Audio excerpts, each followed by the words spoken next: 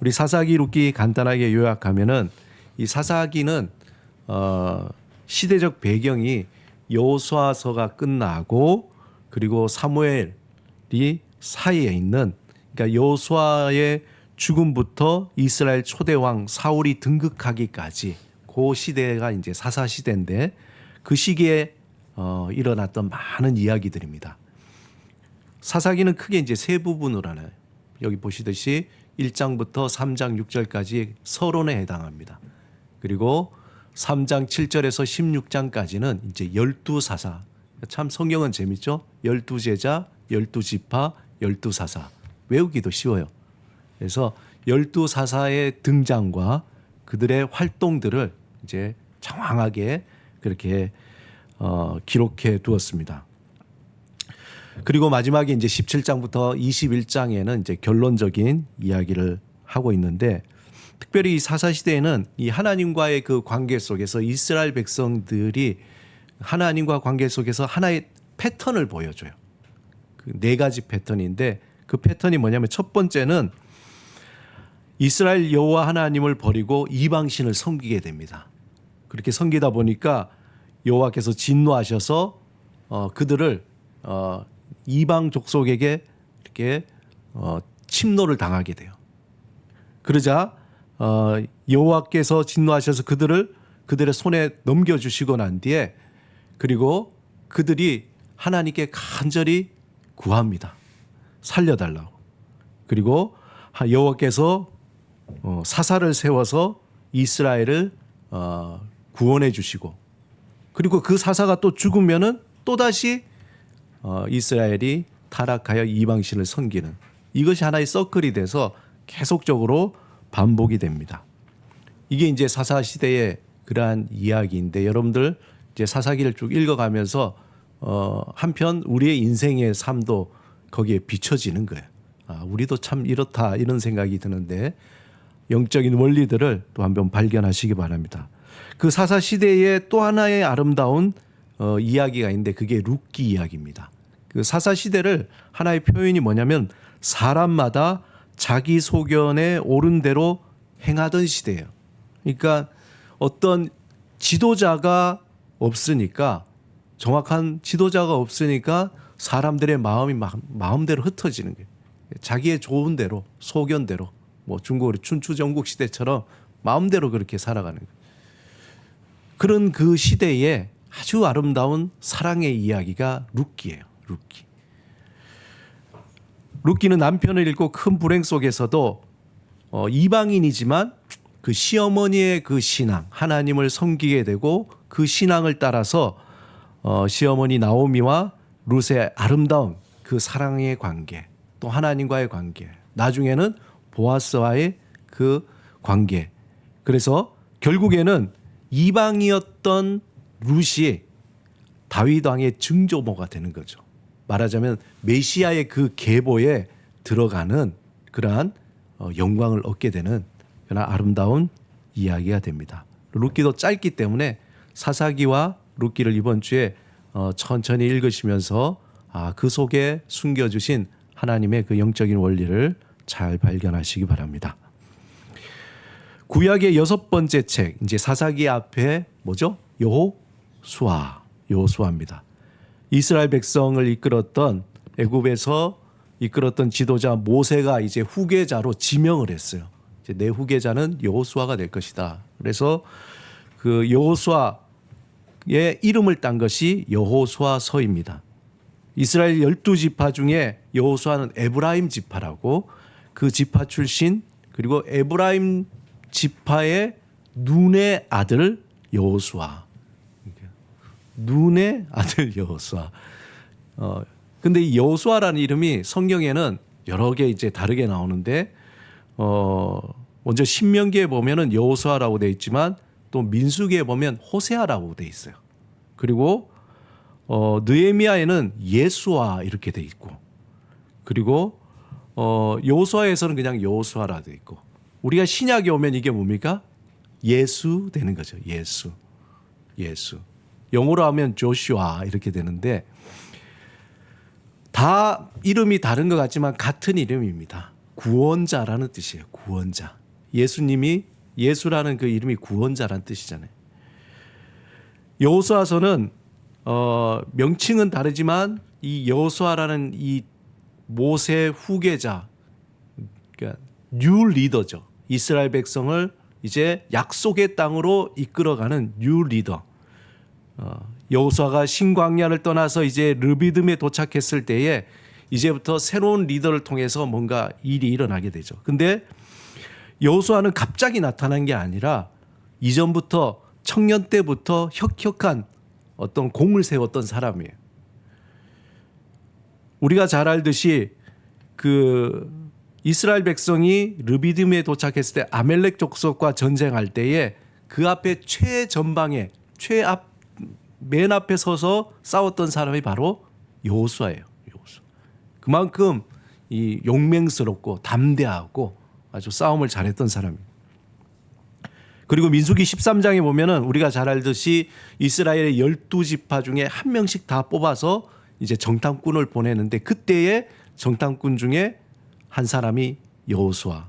그리고 정탐하고 돌아와서 10명이 부정적인 보고를 했는데 그리고 2명이 딱 긍정적인 보고를 했죠. 그때 누굽니까? 여호수아와 갈렙인 거죠. 결국에는 다 20세 이상 다 죽었지만 이스라엘 백성들이 가나안 땅에 들어갔던 유일한 두 사람 누구죠? 여호수아와 갈렙이 들어가는 거죠. 용맹스럽고 누구보다 하나님을 향한 믿음과 확신이 출중했던 여호수아. 당연히 모세가 죽은 후에 후계자로 이제 인정을 받고 이제 새로운 리더로서 약속의 땅으로 이끌 사람이 되었습니다. 하지만 생각을 한번 해보세요. 모세는 정말 큰 산과 같은 사람이에요.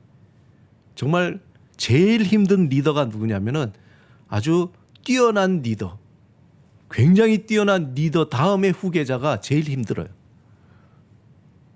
어디 리더 중에서 제일 괜찮은 리더는 리더가 완전 죽을 쓴 리더, 완전 폭망한 어떤 그런 기업이나 어떤 모임이나 나라나 그 다음 리더는 편해요. 왜냐? 가장 밑바닥부터 시작하니까. 그런데 아주 출중한 리더 다음에 나오는 리더가 부담감이 크죠.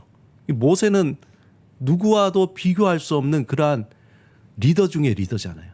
그런데 이제 여호수아가 모세의 이제 후계자로서 새로운 리더로서 이스라엘 백성을 이끌어갈 때에 얼마나 부담이 되겠어요. 야, 아무리 용맹스럽고 믿음이 충만하고 많은 사람들에게 인정받는 사람일지라도 내가 이제 큰 산과 같은 모세가 없어지고 내가 이 많은 이스라엘 백성을 이끌어가야 된다고 생각할 때 잠이 안 올 거예요. 두렵고 어떻게 해야 될지 몰라. 예전 같으면은 모세가 있어서 그냥 그 뒤에 그림자로 따라다니면서 이렇게 시키는 대로 하면 되는데 이제는 내가 결정해야 되고 내가 이끌어가야 되고 내가 이 이스라엘 백성들을 뭔가 책임져야 한다는 그 부담감 때문에 얼마나 두려웠겠어요. 그 두려움과 그리고 어떻게 해야 하는가 하는 그런 부담감, 책임감, 떨림, 그 마음에 여호수아가 잠도 못 이루고 고민할 때에 이제 하나님이 여호수아 앞에 나타납니다. 여호수아서 1장 5절에서 6절에 하나님께서 여호수아에게 큰 격려의 말씀을 베풀어 주시는데 이렇게 말씀하세요. 내 평생에 너를 능히 대적할 자가 없으리니 내가 모세와 함께 있었던 것 같이 너와 함께 있을 것입니다. 얼마나 위로가 됐겠어요. 너와 견줄 자가 없다. 모세와 함께한 것처럼 내가 너와 함께한다는 것. 큰 위로가 됐겠죠. 내가 너를 떠나지 아니하며 버리지 아니하며 이것도 얼마나 큰 위로가 돼요. 그러면서 하신 말씀이 강하고 담대하라. 강하고 담대하라. 굉장히 인기 있는 말씀이잖아요. 우리에게도 언제나 참 위로가 되고 힘이 돼요. 강하고 담대하라. 너는 내가 그들의 조상에게 맹세하여 그들에게 주리라 한 땅을 이 백성에게 차지하게 하리라. 두렵고 떨리는 마음에 섰던 여호수아는 마치 이미 끝난 축구 경기처럼 하나님께서 내가 다 주겠다. 내가 너와 함께 하겠다. 그러니 너는 강하고 담대하라. 이 말씀은 마치 새로운 땅에 들어가는 것 같이 날마다 두려움의 문 앞에 서 있는 우리에게 주시는 동일한 말씀이에요. 여호수아가 한 민족의 지도자였다면 우리는 한 인생을 책임져 가는 한 사람이죠. 하나님의 백성에게 주시는 말씀인 거예요. 익숙한 것 같지만 매일 새롭잖아요. 뭔가 우리가 알 것 같지만 매일매일 일어나는 그 일들이 우리가 알 수 없는 일들이 너무나 많아요. 그러한 삶의 문제 앞에서 어떻게 해야 될지 모르는 우리에게 하나님이 함께 하시며 격려하시며 형통케 하시는 말씀이 여호수아에게 주셨던 말씀이에요. 강하고 담대하라. 그리고 내가 너와 함께 하겠다는 이 말씀이죠. 그런데 하나님은 여호수아에게 한 번 더 강조하여 말씀하시면서 그 담대함과 형통함이 어디서 오는가에 대해서 얘기합니다. 그 담대함과 형통함이 오직 하나님의 말씀을 묵상하며 그 말씀을 마음에 새기고 지킬 때에 얻어지는 믿음의 열매라는 거예요. 여호수아서 1장 7절 8절 우리 같이 한번 읽어보겠습니다. 시작. 오직 강하고 극히 담대하여 나의 종 모세가 내게 명령한 그 율법을 다 지켜 행하고 우로나 좌로나 치우치지 말라. 그리하면 어디로 가든지 형통하리니 이 율법책을 내 입에서 떠나지 말게 하며 주야로 그것을 묵상하여 그 안에 기록된 대로 다 지켜 행하라. 그리하면 내 길이 평탄하게 될 것이며 내가 형통하리라. 하나님께서 위로하고 격려하면서 한 가지 율법 하나님의 그 말씀을 주야로 묵상하고 마음에 새기라는 거죠. 그리고 그 말씀을 따라 행하라는 겁니다. 매일 말씀을 읽고 묵상하는 삶, 이것이 우리 안에 담대함을 만들어내는 에너지가 되는 거예요. 우리가 경험이 많아서 또 지식이 많고 뭔가 소위 말해서 백그라운드가 좋거나 아니면 내가 가진 것이 많아서 담대해지는 것이 아니라 우리가 담대해질 수 있는 것은 하나님의 그 말씀이 그냥 문자가 아니라 살아 움직이는 말씀이 될 때에 강하고 담대해지는 거예요. 그 말씀이 예전의 기억으로 남는 것이 아니라 지금 살아서 운동력 있어 우리 안에 움직일 때에 우리 안에 강하고 담대한 마음이 생기는 거예요. 그래서 매일 말씀을 읽고 묵상하는 삶이 중요한 거예요. 그것은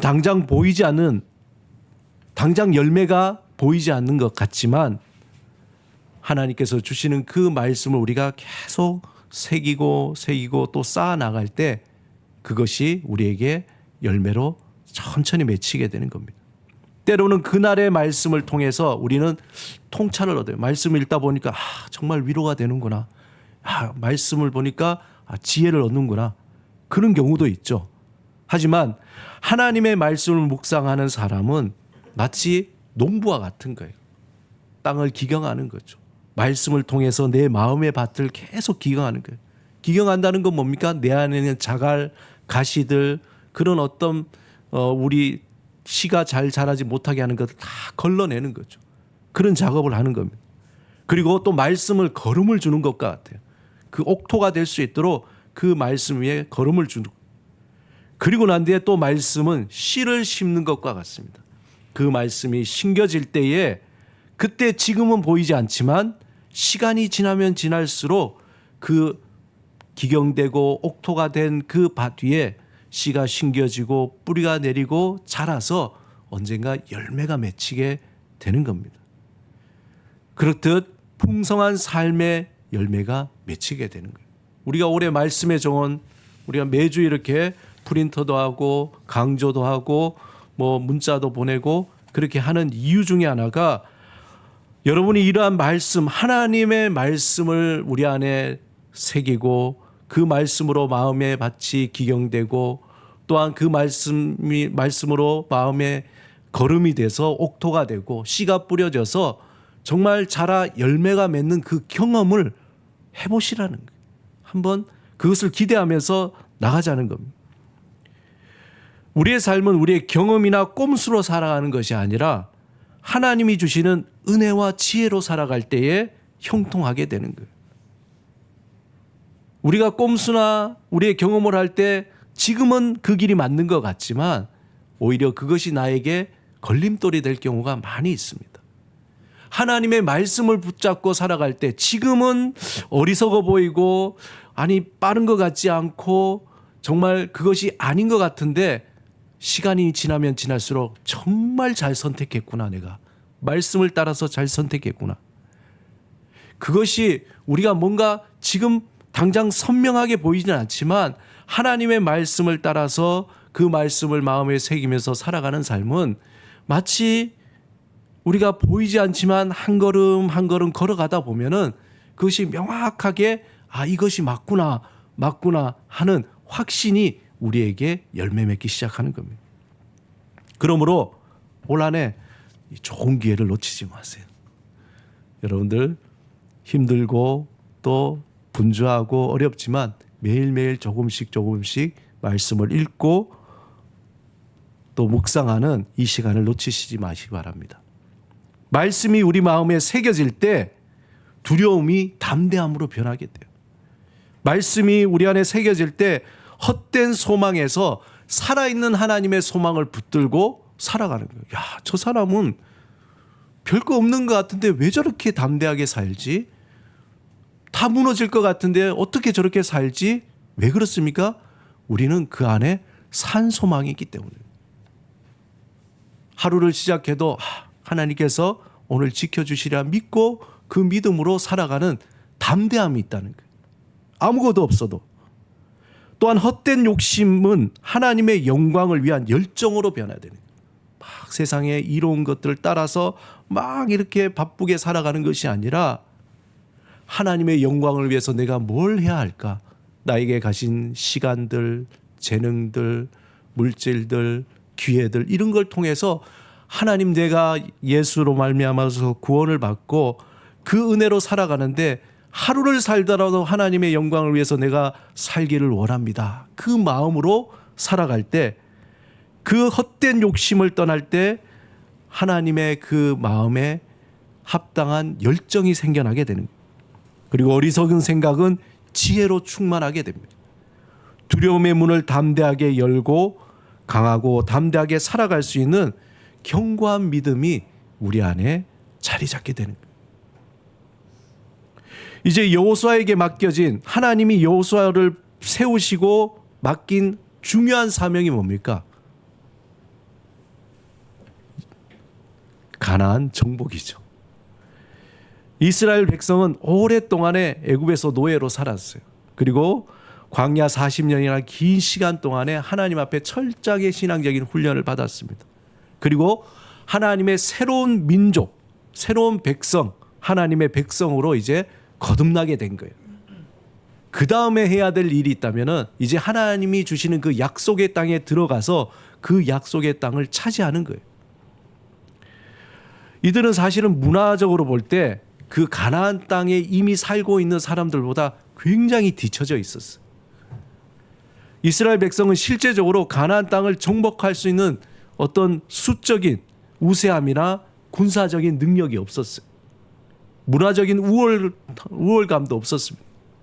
그럼에도 불구하고 결과적으로 그들이 가나안 땅을 정복할 수 있었던 것은 군사적인 어떤 용맹술이나 전략이 뛰어난 것이 아니라 오직 하나님의 은혜로 하나님이 약속해 주셨기 때문에 여호수아에게 내가 너에게 주리라 약속했기 때문에 이미 그 이전에 아브라함에게 주리라 약속했던 그 땅이기 때문에 하나님이 하나님의 선물로 받은 것입니다. 이 사실을 극명하게 보여주는 두 사건이 있었어요. 이제 이스라엘 백성이 이제 여호수아와 함께 요단강을 건너가게 되죠. 건너가고 두 가지 큰 사건이 있는데 첫 번째는 여리고성 정복이에요. 두 번째는 아이성 정복입니다. 이스라엘 백성이 애굽을 떠나서 홍해를 건너며 시내 광야에 이르렀을 때 이미 사실은 주변국의 위협의 대상이 됐어요. 왜냐하면은 이들이 애굽 땅을 떠나서 홍해를 건널 때 그 사건들이 그 주변국에 다 소문이 났어요. 바다가 갈라지고 그리고 애굽 군대가 다 거기 물에 빠지게 되고 뭔지 모르겠는데 이 민족은 구원을 받은 거예요. 그리고 그 사막 40년 동안 있으면서 하나님께서 역사하셨던 그 사건들이 주변국에 소문이 퍼진 거예요. 저기 히브리 민족이 있는데 그 민족과 함께하는 신이 대단하더라라는 소문이 있었던 거죠. 그래서 그들에게 두려움과 위협이 됐는데 어느 정도냐? 여호수아 5장 1절인데 제가 읽어보겠습니다. 요단 서쪽의 아모리 사람의 모든 왕들과 해변의 가나안 사람의 모든 왕들이 여호와께서 요단물을 이스라엘 자손들 앞에서 말리시고 우리를 건너게 하셨음을 듣고 마음이 녹았고 이스라엘 자손들 때문에 정신을 잃었더라. 그 정도예요. 아니 요단강을 건너오는데 홍해의 그 기적을 또 기억하게 하는 거예요. 요단강이 갈라지듯이 말라버려서 그들이 건너왔다는 거예요. 그리고는 그들에 대한 소문이 파다해서 그 가나안 땅에 있던 사람들이 마음이 녹았고 이스라엘 자손들 때문에 정신이 혼미해졌다. 야, 큰일 났다. 이러한 정황에서 이스라엘 백성이 마주한 여리고성은 어떻게 됐습니까? 꼭꼭 닫아버린 거예요. 못 오게 막자. 완전히 철통같이 막아버린 겁니다. 여호수아 6장 1절에 보면은 이스라엘 자손들로 말미암아 여리고는 굳게 닫혔고 출입하는 자가 없더라. 소위 말해 개미 한 마리도 보이지 않도록 못 들어오도록 꽉 막아놓은 거예요. 그 여리고성. 그런데 이렇게 굳게 닫힌 여리고성을 공격해 들어가기 위해서는 굉장한 전략이 필요했던 거죠. 어떻게 가겠습니까? 군사적으로 어떤 수적으로 계산해서 그렇게 짠 것이 아니라 어떻게 보면은 이해할 수 없는 행동으로 이스라엘 백성은 여리고성 주변 성벽을 따라서 돌고 돌아서 정복하게 된 거죠. 옛날에 그런 농담 있잖아요. 어떤 수업 시간에 얘기했다가 또 혼날라. 여리고성을 누가 무너뜨렸습니까? 그러니까 거기에 있던 학생들이 제가 무너뜨리지 않았습니다. 그랬다는 거예요. 또 저쪽에 제가 무너뜨리지 않았습니다. 그래서 교장 선생님이 선생님은 그 답을 하세요. 그러니까 선생님이 놀래서 저도 무너뜨리지 않았습니다. 그랬다는 거예요. 여리고성은 어떻게 무너졌습니까? 그냥 매일 이스라엘 백성이 앞에 제사장과 함께 매일 한 바퀴씩 돌았어요. 6일간 돌고 난 뒤에 일곱째 마지막 날은 7번 돌아. 그리고는 뭔가 창과 칼을 들고 가는 게 아니라 나팔을 불면서 이스라엘 백성이 소리를 치자 어떻게 됐습니까? 여리고성이 무너지게 된 거죠. 여리고성이 무너진. 신비한 일입니다. 여호수아 6장 20절 21절 우리 같이 한번 읽어보겠습니다. 시작. 이에 백성은 외치고 제사장들은 나팔을 불매 백성이 나팔 소리를 들을 때에 크게 소리질러 외치니 성벽이 무너져 내린지라. 백성이 각기 앞으로 나아가 그 성에 들어가서 그 성을 점령하고 그 성 안에 있는 모든 것을 온전히 바치되 남녀노소와 소와 양과 나귀를 칼날로 멸하니라. 여리고 성 정복의 승리는 어떤 인간적인 방법이 하나도 개입이 되지 않았어요. 그냥 하나님이 시키는 대로 그냥 돌았던 거예요. 그리고 마지막을 하나님이 시키는 대로 7번 돌고 소리쳤던 거예요. 그런데 여리고성이 무너진 거죠. 즉 전쟁에 있어서 그 승리였던 관건은 군사적 숫자나 전술이나 전략이 아니라 철저하게 하나님의 말씀을 순종하는 믿음에 달려있다는 것을 하나님께서 보여주신 거예요. 샘플로 보여주셨어요. 이제 앞으로 가나안 땅을 정복하는데 이스라엘 백성이 깨달아야 될 것은 그들이 어떤 수적으로 많거나 군사적 전술이 뛰어나서 이 가나안 땅을 정복할 수 있는 것이 아니라 하나님의 말씀에 철저하게 순종할 때에 그때 가나안 땅을 정복할 수 있다는 것을 샘플로 보여주신 거예요. 그것을 더 확고하기 위해서 하나님 두 번째 아이성 정복에서 이스라엘 백성들에게 가르치십니다. 여리고 성에서 승리했어요. 와, 이게 무슨 일인가? 승리에 취한 이스라엘 백성은 여리고 성과는 달리 아이성은 너무나 조그매요. 너무나 조금. 비교도 되지 않은 아이성에서 그들은 참패하게 됩니다. 이미 여러분도 알고 계시지만 아이성의 규모를 생각하고 그들은 여리고 성보다 너무 작으니까 한 3,000명 정도 병사들 가서 공격해도 충분할 것이다 하고 그렇게 군사를 보냈던 거예요. 어떻게 됐습니까? 완전히 참패했어요. 참패했어요. 부끄럽게도 오히려 한 36명 정도 죽고 크게 패해서 이스라엘 백성이 도주하는 그런 일까지 벌어진 겁니다. 이때 백성들의 마음이 오히려 녹아버린 거죠. 이게 무슨 일인가? 우리가 여리고 성도 이겼는데 아이성에서 이렇게 조그만데 어떻게 우리가 졌을까? 그 결과를 두고 도대체 원인이 어디 있을까 분석을 한 거예요. 그 조사하던 중에 뜻밖의 원인을 발견하게 된 겁니다. 아이성의 전쟁의 참패 원인이 군사를 좀 더 보냈어야 됐다 이것이 아니었어요. 아니면은 뭔가 전략을 잘 썼어야 됐다 이것도 아니에요. 아이성 공격의 패인은 전술의 미숙함이나 군사적 열세가 아니라 여리고성의 승리에 취한 또한 그들의 교만이 아닌 하나님과의 약속을 지키지 않은 불순종이었다는 거예요. 그들이 막 원인을 찾아내다 보니까 그 불순종의 한 사람을 찾게 된 거예요. 그 이름이 아간이죠. 아간. 여호수아 7장 11절 우리 같이 한번 읽어보겠습니다. 시작. 이스라엘이 범죄하여 내가 그들에게 명령한 나의 언약을 어겼으며 또한 그들이 온전히 바친 물건을 가져가고 도둑질하며 속이고 그것을 그들의 물건 가운데 두었더라. 하나님이 여리고도 마찬가지지만 아이성에도 그것을 정복하고 하나도 가져오지 마라 그랬거든요. 근데 여리고 성을 정복하고 난 뒤에 아간이 이거 물건 괜찮은 것 같은데 그리고는 그 물건을 빼돌린 거죠.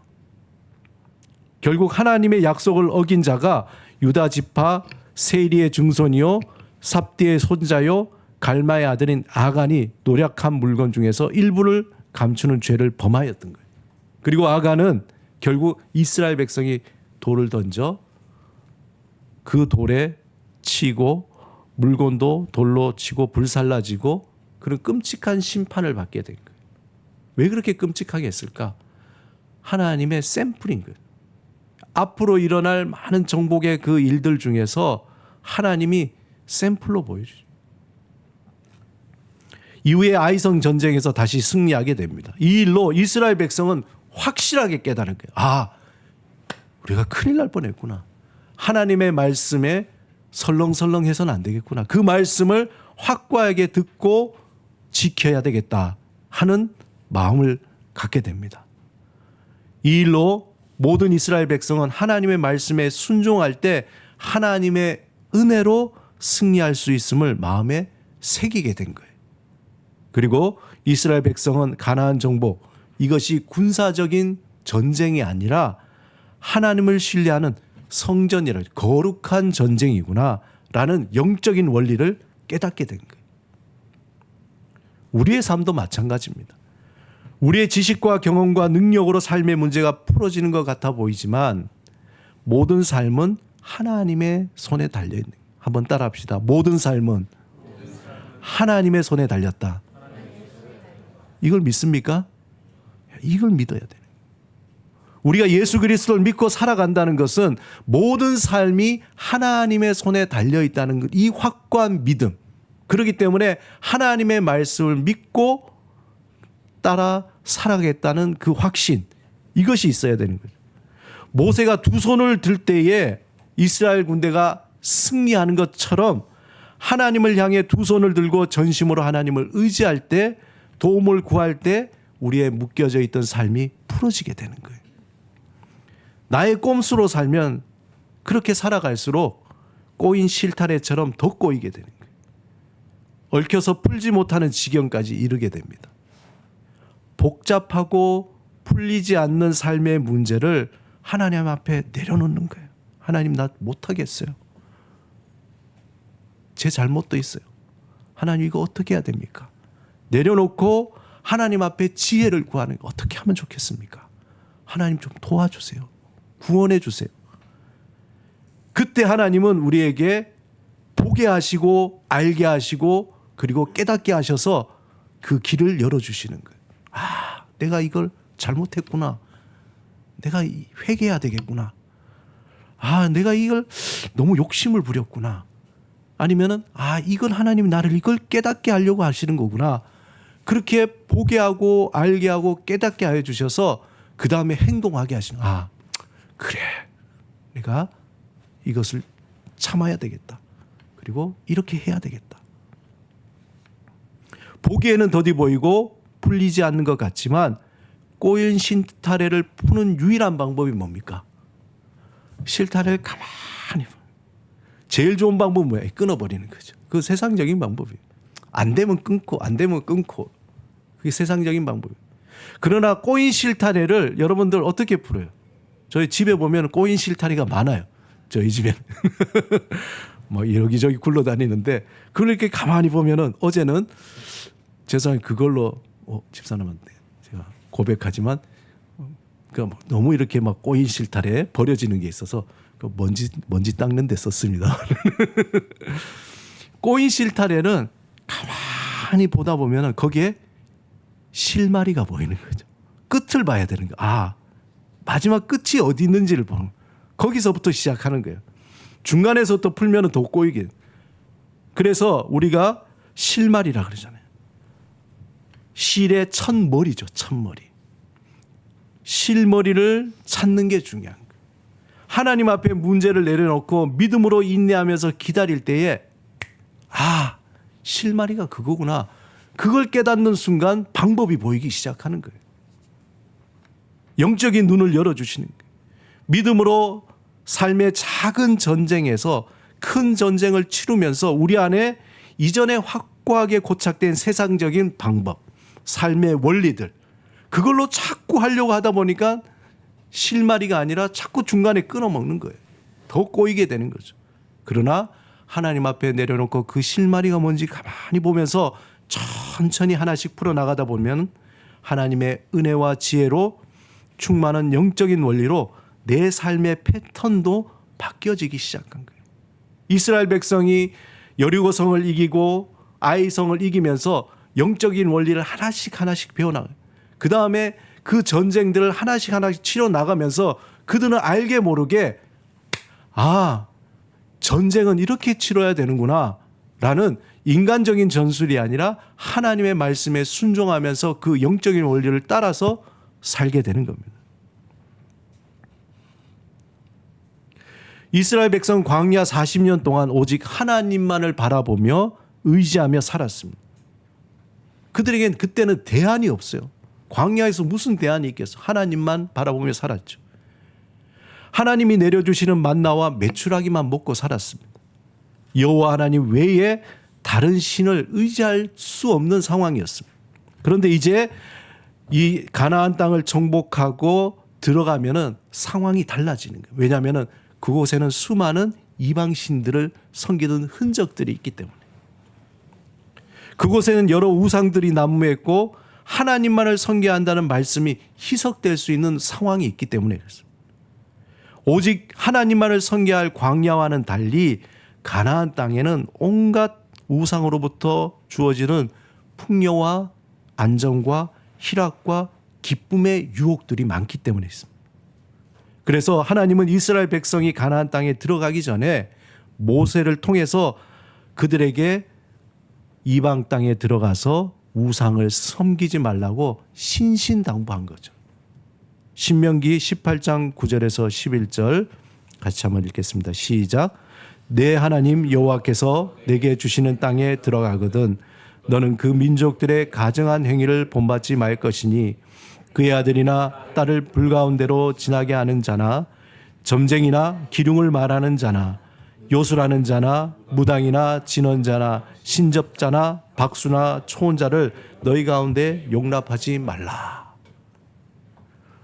예전에 수련회 가든지 아니면 뭐 특별한 어떤 신앙 훈련을 받을 때 그 한정된 한계 상황 속 딱 거기 맞춤형인 어떤 상황, 거기서는 너무나 은혜스러워요. 찬양하고 기도하고 훈련받고 서로 나누면서 마치 천국과 같은 그런 은혜를 받습니다.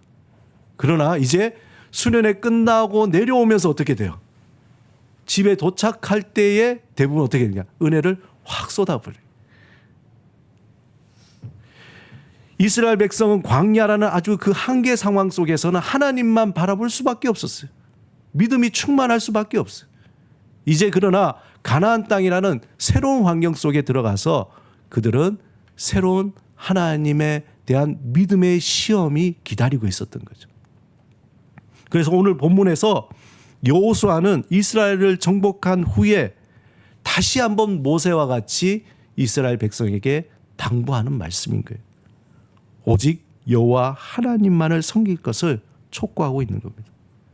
만약 그들이 하나님을 버린다면은 하나님의 복을 잃어버리고 재앙이 내려지고 멸하는 고통을 당할 것이라고 분명하게 말씀하고 있습니다. 이때 이스라엘 백성은 여호수아에게 우리가 그렇게 하겠다. 우리는 오직 여호와만을 섬기겠다.